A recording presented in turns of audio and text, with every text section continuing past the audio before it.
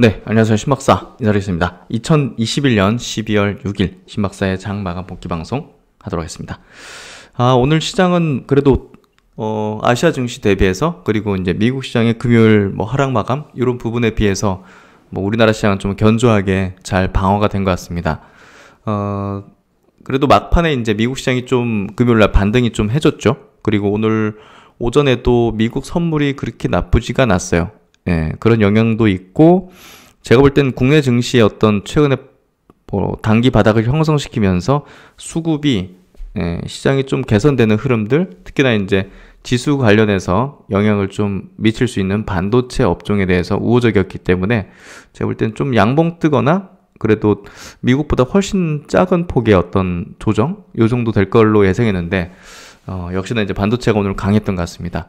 그리고 이제 특정 이제 바이오 주식들도 굉장히 강한 어떤 흐름이 나오면서 코스닥의 어떤 약세를 어느 정도 방어해줬죠. 오늘 코스닥은 게임, 메타버스, NFT 이런 쪽으로 이제 약세였기 때문에 사실상 굉장히 크게 빠질 수도 있는 거였는데, 바이오가 어느 정도 좀 방어적인 그런 부분을 보여준 것 같아요. 반도체 바이오. 그래서 오늘 특히나 이제 LX세미콘 같은 경우는 신고가 나오면서 반도체 업종에 대한 우리 전망을 조금 우리가 생각해 볼 수 있게 해준 그런 어떤 시세 어떤 흐름이었던 것 같아요. 그리고 이제 ABL 바이오도 이제 이따가 내용 체크해 드리겠지만, 바이오 업종이 바닥을 확인하는 과정 속에서 나타나는 그런 형태의 모습들, 상승 모습들, 이런 것들이 좀 듬성듬성 명분 있는 또 유망한 기업들 중심으로 나타나는 것 같습니다.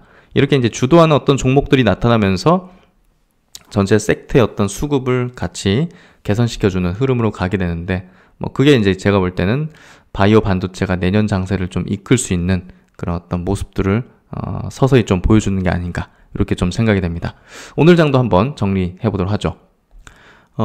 코스피 지수 오늘 0.17% 상승해서 2973포인트 마감했고요. 상승 종목 수가 540, 그래서 200종목 이상 많았기 때문에 코스피는 좀 좋았습니다. 코스닥은 좀 약세 0.6% 정도 약세 991포인트로 마감했고요. 그래도 상승 종목 수가 100여 종목 가까이 많았어요. 그러니까 시총 상위 종목들이 좀 좋진 않았지만 중소형주들은 좀 좋았던 그런 장세였고, 수급은 오늘 코스닥이 좀 안 좋았죠.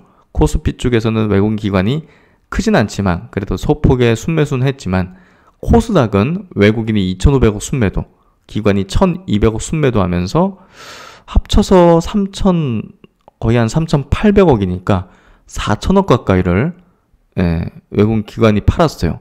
그게 이제 아까 말씀드렸던 게임, 메타버스, 엔터, NFT 이런 쪽에서 이제 나왔고, 2차전 이쪽에서도 좀 나왔죠. 그래서 올해 강했던 쪽에서 차익 매물들이 좀 나온 게 아니었나 하는 그런 생각이 좀 들어요. 선물 쪽에서는 외국인이 4,000계약 이상을 순매수하는 흐름.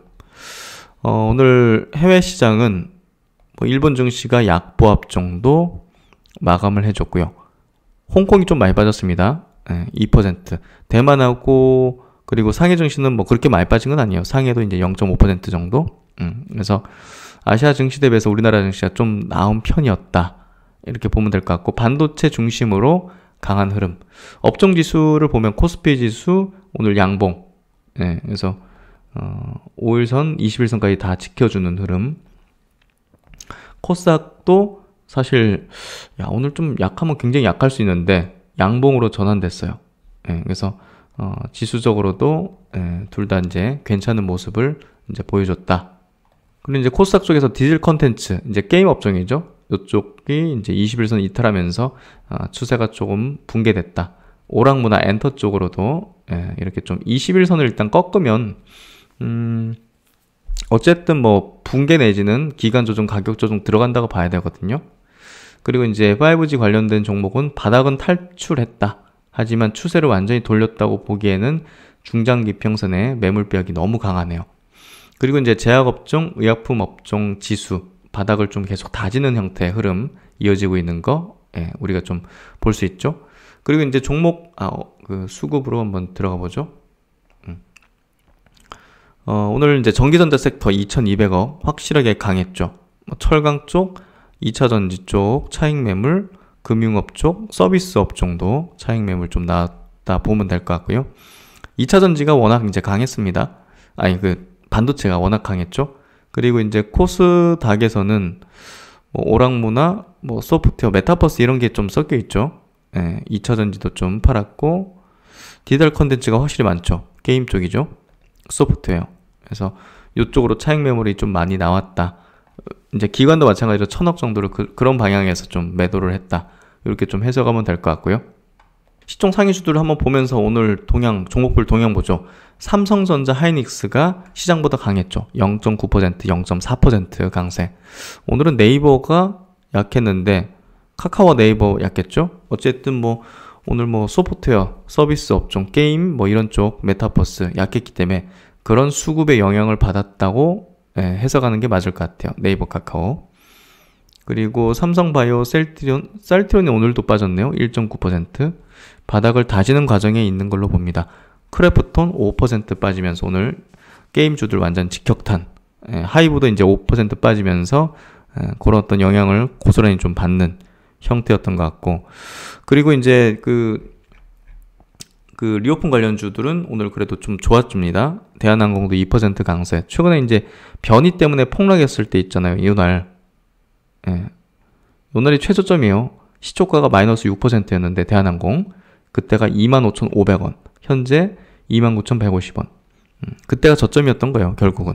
그래서 공포가 가장 극대화되는 지점이 저점이었다는 거 다시 한번 확인할 수가 있죠. 그리고 이제 하나투어도 마찬가지로 그때 각 리오픈 관련 섹터군에서 1등주, 역시나 이제 여행업종에서 11월 29일 날 마이너스 9%로 시작했는데 양봉으로 이제 올려치면서 지금은 73,000원입니다. 그래서 남들이 공포에 이제 질려 있을 때가 기회다는 걸 확실히 알 수 있고, 또 시장이 막 환호하고 막 정말 파티 같은 흐름을 보일 때, 뭐 메타버스 NFT 요 구간이죠. 요 구간이 이제 고점대를 형성하는 형태로 되고 있죠. 위지역 스튜디오입니다. 위지역 스튜디오, 그리고 뭐 컴투스, 게임빌 다 이제 고점 찍고 이제 무너지는 형태 전개되고 있죠. 펄어비스도 이제 곧 21선 깨면서 이제 위메이드도 이제 21선 깨고 이탈하면서 수급적으로 무너지는 흐름들, 서울옵션도 마찬가지로 다 깼죠. 갤럭시와 머니트리 이런 것들 다 깼습니다. 그래서 결국은 환호할 때 나와야 되고 공포가 만연할 때 들어가야 되고 하는 대비되는 형태가 확연하게 좀 나왔죠. 특히나 이제 제 콘텐트리 같은 경우는 지옥이라는 드라마가 1등 했을 때가 고점 찍었죠. 그래서 결국은 호재가 만연할 때 고점, 결국은 뭐 패턴이 똑같죠. 결국은. 그래서 어떤 분위기상 우리가 이제 투자에 이제 매수와 매도의 판단을 할 때는 이런 어떤 부분을 상당히 고려를 해야 된다. 매수와 매도를 고려할 때는 사실 펀더멘털보다는 이런 부분들이 더 중요하고 절대적이죠, 사실. 그래서 뭐 올라갈 때는 막 왁제 없이 호재밖에 없는데 사실 그런 구간에서 메이저들은, 선수들은, 큰 손들은 조금씩 이제 대중 투자자에게 그냥 완전히 그냥 뽕 맞은 듯한 어떤 그런 대중들에게 이제 조금씩 팔면서 계속 보유하게 만드는 그런 것들이 계속 반복됩니다, 결국은. 그래서 그런 것들을 좀 유심히 생각을 해보시면 좋을 것 같고, 이 부분 제가 정리한 게 있는데 한번 체크해 드릴게요. 게임 NFT, 메타버스 급락 체크해 드리면 이 세 가지를 좀 보세요. 해당 재료가 주가에 반영되었는지 여부, 반영이 됐죠 다. 해당 재료가 노출된 기간이 길었는가 여부, 상대적이긴 하지만 상당 기간 이어졌죠. 그리고 대장주군이 무너졌는지, 뭐 위메이드라든지 위지역 스튜디오 같은 게 무너졌는지, 21선을 일단 깨면 약간 추세가 이탈했다 판단해 볼 수 있거든요. 그런 부분들. 뭐 고점의 형태는 여러 가지 형태가 있습니다. 뭐 10개에서 한 15개 정도의 어떤 패턴이 있는데, 그 중에서 뭐 이중 형태라든지, 올라가면서 거래를 점차 늘리면서 터는 형태라든지 몇 가지가 있는데, 그런 모습들이 전체적으로 나왔거든요, 대장주군에서. 그래서 역시나 이제 이런 세 가지 어떤 포인트에서 그 고점의 패턴의 흐름을 알 수가 있죠. 사업 선언 선에서의 테마의 형성이라면 뭘 하겠다 그랬잖아요. 그러면서 이제 관련 기업들이 막 상치고 거래 터지고 고점에서, 그래서 이제 사업을 선언하는 선에서의 어떤 테마 형성이라면 시세는 단기적으로 강력하게 분출 후에 일단은 무너지고, 지금 그런 형태 되고 있죠. 향후 옥석 가리기 후에 산업적인 어떤 리레이팅 국면을 맞이하게 될 겁니다. 추후에. 그게 이제 2차 전지 섹터랑 비슷하게 이제 흘러갈 것 같은데, 지금은 상당 기간 좀 가격 기간 조정을 거치거나, 나중에 옥석 가리기를 하기 전 단계로서의 어떤 수급의 무너짐 이런 것들이 좀 발생되는, 수급이 싹 빠졌다가 진짜 이제 나중에 집중적으로 붙는 그런 형태가 추후에 나타나게 될 것 같고요.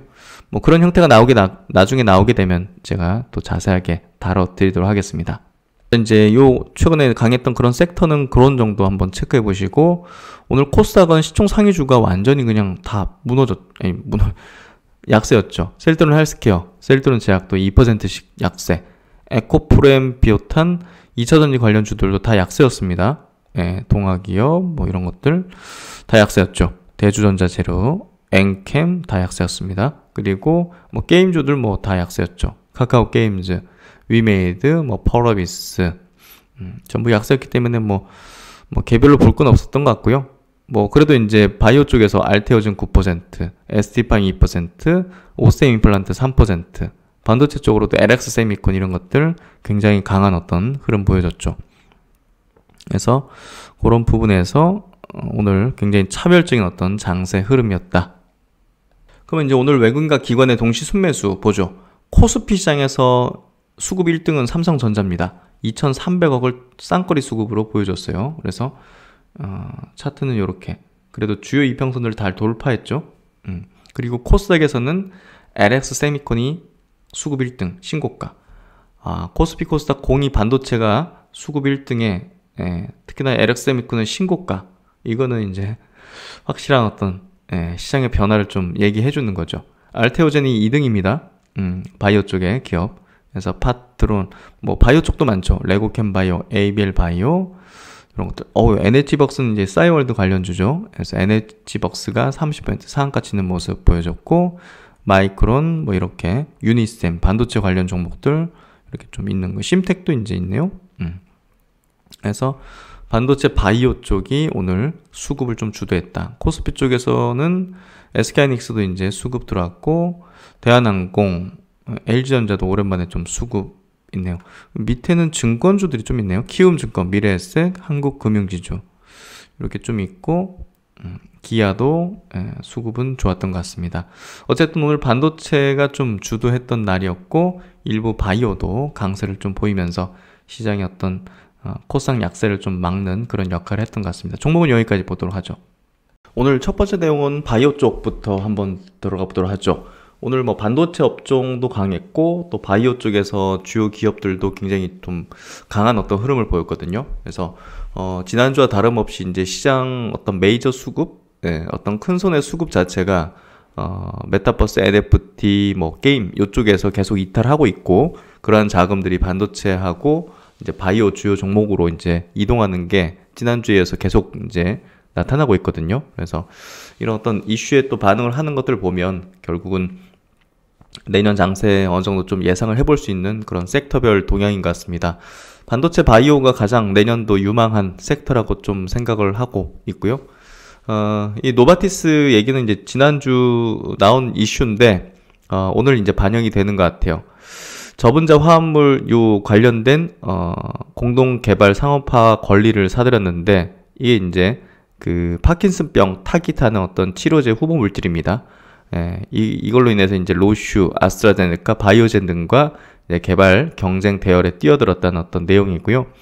이게 이제 의미가 컸던 게, 시장의 어떤 임팩트가 컸던 게, 계약금 자체가 이제 1억 5천만 달러입니다. 1,600억 넘는 수준이죠. 그래서 계약금 자체가 굉장히 크고, 또 이제 마일스톤 자체도 조 단위가 넘기 때문에 뭐 결국은 이 파킨슨병 관련된 국내 기업, 뭐 주요 기업이 이제 ABL 바이오죠. 거기에 이제 수급이 몰린 것 같고, ABL 바이오가 또 이제 이번 주 토요일부터 열리는 미국 혈액학회에서 이제 또 임상 주요 이제 파이프라인 임상 이중항체 파이프라인 결과를 또 전임상 결과를 내기 때문에 그런 기대감들이 같이 붙었던 것 같습니다. 때마침 뭐 리포트까지 나온 것 같은데요. 예, 교보증권에도 나왔네요. 타는 목마름으로라는 제목인데 이 기업이 가지고 있는 이중항체 플랫폼 기술이 그 중에서 이제 BBB 셔틀 플랫폼이 상당히 좀 기대를 갖게 만들고 있죠. 예, 그래서 이중항체 전문 이제 바이오텍 기업이고요. 올해 내내 이제 모멘텀을 좀 가지고 있었던 게 파킨슨병 이제 파이프라인의 기술 이전인데 거기에 좀 지연이 되고 있구나. 예, 약간 좀 시장 예상보다 빠르게 되지 않는 부분이 주가를 좀 눌렀던 요소인 것 같은데 역시나 이 파이프라인에 대한 가치가 상당히 높을 거라는 기대를 지금 시장에서 그렇게 만들어내고 있는 것 같습니다. 그리고 이제 면역 항암제도 내년에 임상 1상 이제 진입하는 그런 모멘텀들 가지고 있는 그런 기업이죠. 특히 이제 ABL 바이오가 갖고 있는 국내 이제 이 BBB 셔틀 이제 뇌혈관 장벽을 통과할 수 있는 약물이 이제 통과할 수 있는 그런 전달 기술이라고 보면 될 것 같은데요. 신경세포로 약물을 전달할 수 있는 획기적인 방법으로 신경세포로의 낮은 약물 전달률을 획기적으로 높일 수 있다. 그래서 전임상 단계에서 굉장히 높은 어떤 이 효능을 보여줬기 때문에 이 기대 가치가 높아지고 있고 기술이 이전에 대한 가능성이 굉장히 높아지고 있죠. 특히 내년에는 이제 알츠하이머 치료제에 대한 모멘텀이 굉장히 커질 건데 역시나 이제 거기에 따라서 글로벌 제작사들의 이제 이 CNS 치료제, 이 중추신경계 쪽에 대한 치료제 투자가 많이 또 활발해질 걸로 보여지는데 그런 치료제 개발에 있어서 이제 굉장히 핵심은 이게 이 전달 기술입니다. 우리 뇌라는 게 이 아무거나 투과를 시켜주지가 않아요. 특히나 뭐 항체 쪽이라든지 저분자 화합물 같은 경우는 이게 분자 크기가 커가지고 뇌를 통과를 못하죠, 여기. 그래서 그런 부분들을 가능하게 해주고 약물의 어떤 투과를 이제 가능하게 해주는 그런 투과 기술이 이제 전달 기술이 굉장히 중요한데요.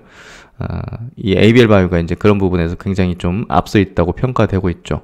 추가적으로 경쟁 기술인 로슈 이쪽에 어떤 활용한 치료제 임상에서 일부 부작용이 확인됨 중 역시 동사 기술의 가치를 높여준다 하면서 경쟁 약물들도 약간 좀 안 좋은 어떤 내용들이 나오면서 보다 더 이제 부각되는 그런 흐름인 것 같네요. 그래서 최근에 이제 이 중추신경계 치료제에 대한 어떤 빅딜들이 계속 발생되고 있는데 규모 자체가 굉장히 큽니다. 특히나 이제 계약금 규모만 쳐도 이제 1,000억을 넘는 규모들이 계속 나오고 있다는 게 ABL 바이오의 이 BBB 셔틀 기술 역시 글로벌 제약사에 의해 유사한 수준의 가치를 인정받을 수 있을 걸로 추정되고 있죠. 이런 부분들이 결국 이제 바닥권에서 이렇게 이제 거래를 튀기면서 또 이제 기관 외국인들 수급이 붙는 주요한 원인이라고 생각되고요. 요 기업이 이제 연구 인력이 굉장히 탄탄합니다.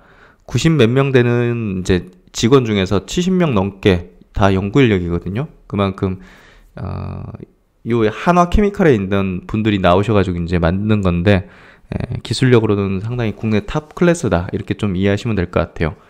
그래서 BBB 셔틀 플랫폼 재평가 이유를 생각해보자. 호재 실현은 악재라는 바이오테크 기존 투자 논리를 따라가지 않아도 될 만큼 포원비비 면역항암제 개발은 순항하고 있다. 아이맵과 공동 개발 중인 ABL111, ABL503은 올해 초부터 미국 임상에 진입했으며 순차적인 투약이 진행되고 있다. 특히 CLDN182 표적 이중항체 ABL11은 퍼스트 인 클래스 항암제로서 가능성도 크다. 바이오텍에 대한 투자 심리가 얼어붙은 지금 타는 목마름으로 투자자를 놀라게 할 수 있는 소식을 기다려본다. 제목이 왜 타는 목마름인지 보니까 이 마지막에 그 이유가 담겨 있네요. 지금 바이오 투자 심리가 굉장히 얼어붙어 있습니다. 그 목이 타는 그런 목마름으로 투자자를 깜짝 놀라게 하는 소식. 지금 바닥에서 팡 튈 수 있는 그런 가능성을 내포하고 있다는 그런 내용으로 보시면 될 것 같고 내년도 우리가 좀 주목해 볼 만한 분야 뇌 쪽입니다. 아직 인류가 정복하지 못한 분야가 바로 뇌죠. 그 뇌에 관련된 상당한 기술력을 갖고 있는 이 ABL 바이오가 올해는 다소 좀 침체했었지만 내년에는 기대되는 그런 기업이 되지 않을까. 오늘 13% 튀었던 이유도 분명히 있지 않을까 이렇게 생각이 됩니다. 그리고 이제 오늘 시장에서 또 강했던 종목이 아직은 이제 코넥스에 상장되어 있는 기업이긴 하지만 툴젠이 또 10% 이렇게 이상 강세를 보였는데요. 오늘 이제 10만 원이니까 공모가 7만 원 대비해서는 상당히 이제 높은 수준에 여전히 있습니다. 일단 공모가가 지금 형성돼 있던 가격, 코덱스에서 형성돼 있던 가격 대비 굉장히 낮게 이제 뭐랄까 결정이 됐는데요. 그만큼 공모 청약하는 분들은 굉장히 기회라고 보시면 될 것 같아요. 그래서 툴젠도 이제 꾸준하게 제가 커버를 해드리고 언급을 해드렸던 그런 기업이기도 한데요. 2019년도 말 뭐 3만 원 할 때가 기억나네요. 예, 그 정도 정말 처참한 어떤 주가를 보이다가 최근에 이제 15만 원까지 갔고 최근에 좀 낙폭을 보이면서 10만 원까지 좀 내리꽂았는데요. 이 기업에 대한 어떤 악재 호재 분명히 이제 같이 이제 있습니다. 근데 우리가 이제 가장 핵심적으로 봐야 될 거는 이 기업이 갖고 있는 기술은 변함이 없다는 거예요. 예, 그래서 그런 부분을 우리가 좀 유념해서 볼 필요가 있을 것 같고요. 또 이제 업사이드 포텐이 굉장히 큰 기술이라는 게 중요하죠. 유전자 가위 기술, 유전자 펌지 기술입니다. 특히나 이제 유전자 가위 쪽에서도 1, 2, 3세대 모든 기술을 갖고 있는, 특히나 이제 크리스퍼 캐스9 기술까지 갖고 있는, 특허 등록까지 했던 그런 기업이고, 이게 상업화하는 권리까지, 특허권과 상업화 권리까지 모두 갖고 있는 유일한 기업이기도 합니다. 그래서 다른 어떤 외국의 이제 유전자 가위 기술하고 좀 다른 또 이제 뭐랄까 비즈니스적인 어떤 측면을 갖고 있기 때문에 상당히 좀 유망하다 생각하고요. 특히나 이제 우리 뭐 인간에 대한 어떤 치료제 개발뿐이 아니라 뭐 농식물 쪽 종자 개발 뒤 뭐 기술주라는 사업 모델 이런 것까지 같이 있기 때문에 상당히 사업 분야를 넓게 가지고 있다는 게 제가 볼 땐 굉장히 큰 잠재력이 있다 생각되고요. 최대 주주가 이제 제넥신입니다. 16.4%. 그래서 이제 툴젠이 또 좋은 어떤 분위기 그리고 관심을 가지게 된다면 제넥신도 어느 정도는 그 어떤 분위기를 좀 같이 나눌 수 있는 부분일 겁니다. 그래서 제넥신도 지금 주가가 굉장히 낮은 어떤 위치에 있는데 사실 약간 단기성으로 좀 본다면 툴젠의 모멘텀을 같이 받을 수도 있다 생각돼요. 그래서 이 기술을 갖고 있다는 부분들 그리고 굉장히 포텐이 크다는 것들 우리가 꼭 유념해 볼 필요가 있을 것 같고요.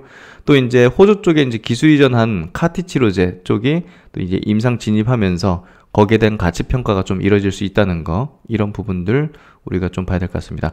창업자 김진수 교수가 이제 10%의 지분을 갖고 있고요. 사실 이제 주식시장에서는 치료제 개발 프로그램에 대한 관심도가 가장 높을 수밖에 없죠. 예. 그래서 이 기업이 지금 치료제의 어떤 파이프라인 개발은 어떻게 지금 진행되고 있는지를 보면 일단 뭐 진행 중 가장 빠른 파이프라인은 샤르코마리투스 치료제라고 합니다. 손발이 위축되는 희귀질환으로 알려져 있고 2,500명 중 1명이 발생하는 질환으로 희귀질환 중에서는 환자 수가 좀 많은 편에 속하네요. 예. 이렇게 보니까 유전적 원인에 의해서 이렇게 발생되는 부분이고 이제 치료제가 없겠죠. 크리스퍼 캐스9 시스템을 이용해서 이 유전자를 교정하는 방법을 통해 치료제를 개발 중이다. 내년 전임상 IND 파일링 목표를 하고 있고 23년 일상에 대한 진입을 계획하고 있다. 그리고 이제 시장 규모가 굉장히 큰 쪽이죠. 안구질환 치료제, 습성 황반 변성 치료제입니다. 이쪽에서는 이제 베스트 인 클래스, 지금 치료제보다 좀 나은 어떤 효능을 낼 수 있는 쪽으로 이제 개발을 하고 있는데요. 이미 이제 항체 치료제 있잖아요. 이쪽은. 근데 한 달, 두 달 간격으로 눈에 직접 주사하는 그런 어떤 치료제라고 하네요. 그러다 보니까 조금 더 이거보다 좀 나을 수 있는 방법. 툴제는 유전자 치료제로 한 번의 주사를 통해서 반영구적으로 치료하는 방법을 개발 중이다. 이 부분도 이제 개발을 하는 부분이 있는 것 같고 또 이제 모멘텀적으로 이제 작지 않은 부분이죠. 카티 치료제입니다. 카티 치료제 이제 기술이 당연히 이제 이 유전자 가위 편집 기술로 이제 활용할 수 있는데 호주의 카테릭스라는 요 회사가 이제 난성 카티 치료제를 이제 개발하는 회사인데 파트너십을 통해서 이제 개발 중에 있죠. 마우스 주입했을 때 암의 크기가 현재 줄어들었음을 확인했다. 현재 호주에서 전임상 진행 중이며 22년 미국에서 임상 1상을 계획하고 있다 하면서 내년도 요 모멘텀이 제가 볼 땐 가장 핵심적인 모멘텀이 되지 않을까 이렇게 좀 생각이 되고요. 툴제는 어쨌든 계속 관심이 필요한 그래도 이제 우리나라에 이제 이런 기술을 갖고 있는 기업이 있다는 것도 굉장히 좀 다행입니다, 사실. 그래서 툴젠 한번 보시면 될 것 같고 조만간 상장할 때 또 시장에서 큰 이슈가 될 것 같은데 그때 한번 다시 또 짚어보도록 하겠습니다. 그리고 이제 오늘 반도체 영역에서 이제 신고가를 냈던 종목입니다. 어떤 업종에서 신고가가 나온다는 의미는요, 그 해당 섹터에 어떤 붐이 일어날 수 있는 가능성이 있다는 거고, 해당 기업이 주도주 역할을 하면서 다른 기업들도 잡아 끌고 올라갈 수 있는, 그러니까 이제 신고가가 나온 어떤 업종은 분명한 어떤 큰 모멘텀이 있을 거 아니겠어요. 뭐 이슈라든지 트렌드라든지 실적이라든지 향후에. 예. 그러다 보니까 그러면 다른 종목도 또 있지 않겠어 하면서 이 수급이 이쪽으로 이제 몰려드는 거죠. 그러면서 이게 테마든 어떤 섹터든 해서 이제 같이 이렇게 연합해가지고 움직이는 그런 군집을 이뤄서 움직이는 그런 부분이 됐고, 그럴수록 더 이제 자금은 또 큰 자금들이 들어올 수 있는 그릇이 되는 거죠. 그게 또 이제 지수에 또 영향을 미치게 되고 시장 분위기를 환기시키고, 그러니까 어떤 종목이 신고가를 내는데 그게 시장에 파급을 줄 수 있는 내용이 있거나 아니면 이제 그런 규모를 가지고 있다 하면 이거는 우리가 좀 달리 봐야 되는 그런 부분인 거죠. 개별주 성격으로 보는 게 아니라. 그래서 오늘 이제 LX 세미콘은 대표적인 국내 시스템 반도체 기업이지 않습니까? 그런 부분에서 반도체 업종, 뭐 비메모리 반도체 업종에 대한 어떤 붐을 좀 일으킬 수 있는 대장주의 어떤 선두격의 움직임, 이렇게 좀 해석할 수 있고, 이게 이제 어떻게 보면 다른 반도체 기업들로 쫙 퍼진 거죠. 그래서 최근에 이제 미국 시장에서도 반도체 기업들이 또 시장 대비 약하지 않죠. 그런 부분도 반도체 업종에 대한 긍정적인 어떤 전망을 조금 우리가 예상을 좀 해볼 수 있을 것 같고요. 특히나 이제 LX 세미콘은 굉장히 좀 저평가 매력이 높았다, 이렇게 좀 평가되고 있었던 것 같아요. 4분기 견조한 업황 흐름, 그리고 연말에는 배당 수익률까지 5.3%가 예상된다 하면서 오늘 뭐 기관 외국인들 싹쓸이하는 식의 어떤 수급 보여줬죠.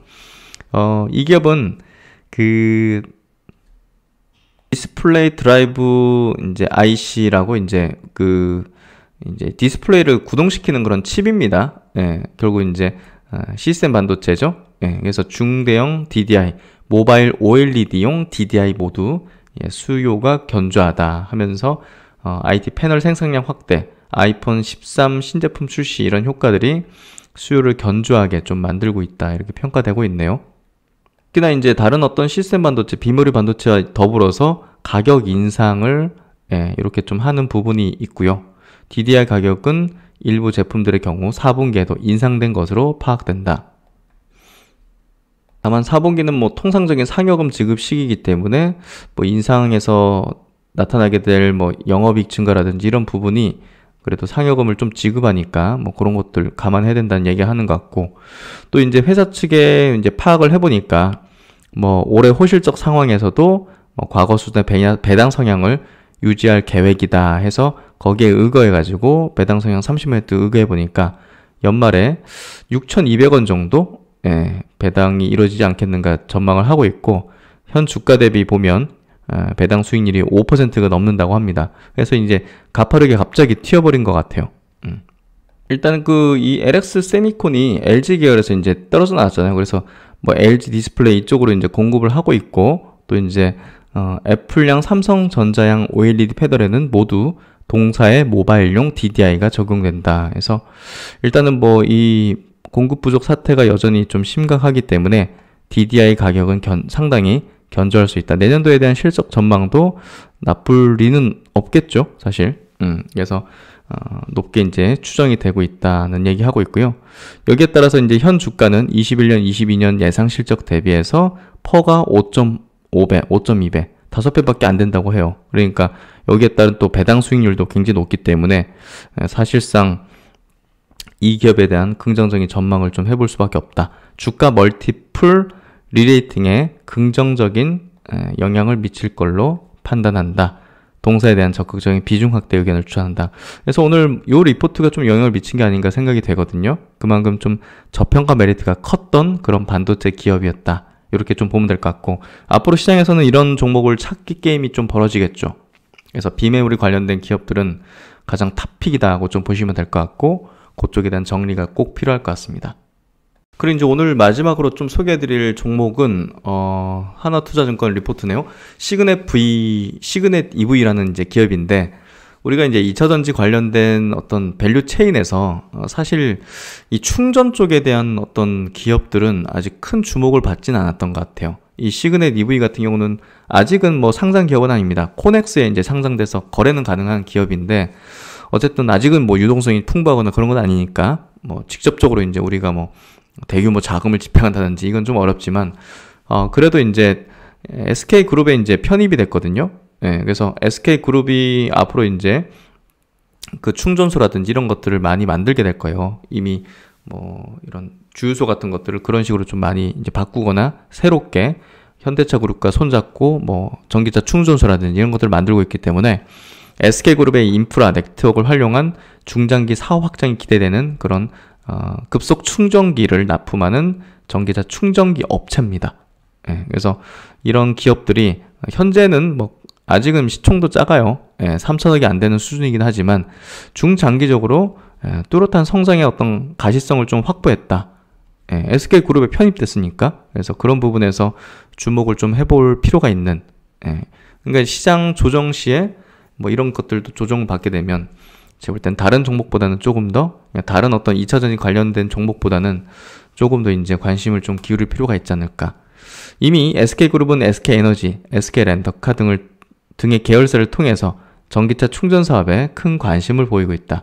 계열사의 충전 사업 향 물량 수주 시에도 실적 변동성 우려도 상당 부분 해소될 것으로 전망된다. 그래서 올해 10월 달에 SK 유상증자 대금 활용해서 차량용 반도체 기업 넥스트칩, 이제 상장 기업이죠. 8.43%를 100억에 취득. 그래서 앞으로 넥스트칩과의 협력을 통한 로봇 기반의 자동 충전 시스템 개발 가능성 등이 중장기 성장 동력으로 작용할 것이다. 이렇게 좀 판단하고 있고, 좀 기대됩니다. 이런 기업들, 새로운 기업들 좀 우리가 좀 스터디하면서 시장 조정 시에 좀 저가를 한번 노려보는 그런 전략들도 한번 생각해 볼 필요가 있다. 그래서 이제 오늘 장 이렇게 좀 정리해봤고요. 오늘 종목들도 좀 체크를 한번 해봤습니다. 뭐 유망한 바이오 반도체 기업들, 오늘 좀 강했던 기업들. 그래서 종목 중심으로 이제 스터디를 좀 많이 좀 끌어올려야죠. 그만큼 내년도 장에 대해서는 긍정적으로 생각을 하고 있고요. 이제 종목의 문제가 될 건데 그래도 내년도 어떤 섹터가 유망할지는 어느 정도 정해야 되고, 우리가 그 근거를 확보해야 되고 또 이제 그 안에서 밸류적으로도 메리트가 있는 그런 기업으로 이제 가야겠죠. 그래서 이번 연말은 사실 내년을 준비하는 아주 이제 절호의 기회이자 또 좋은 어떤 시기라고 생각이 되니까요. 한번 여러분도 깊이 스터디를 계속적으로 하면서 내년도에 대한 전략 잘 세우셨으면 좋겠습니다. 네, 이번 내용도 많은 도움이 되시길 바라고요. 편안한 저녁 시간 되시고 또 신박사는 다음 시간에 좋은 내용으로 뵙도록 하겠습니다. 감사합니다.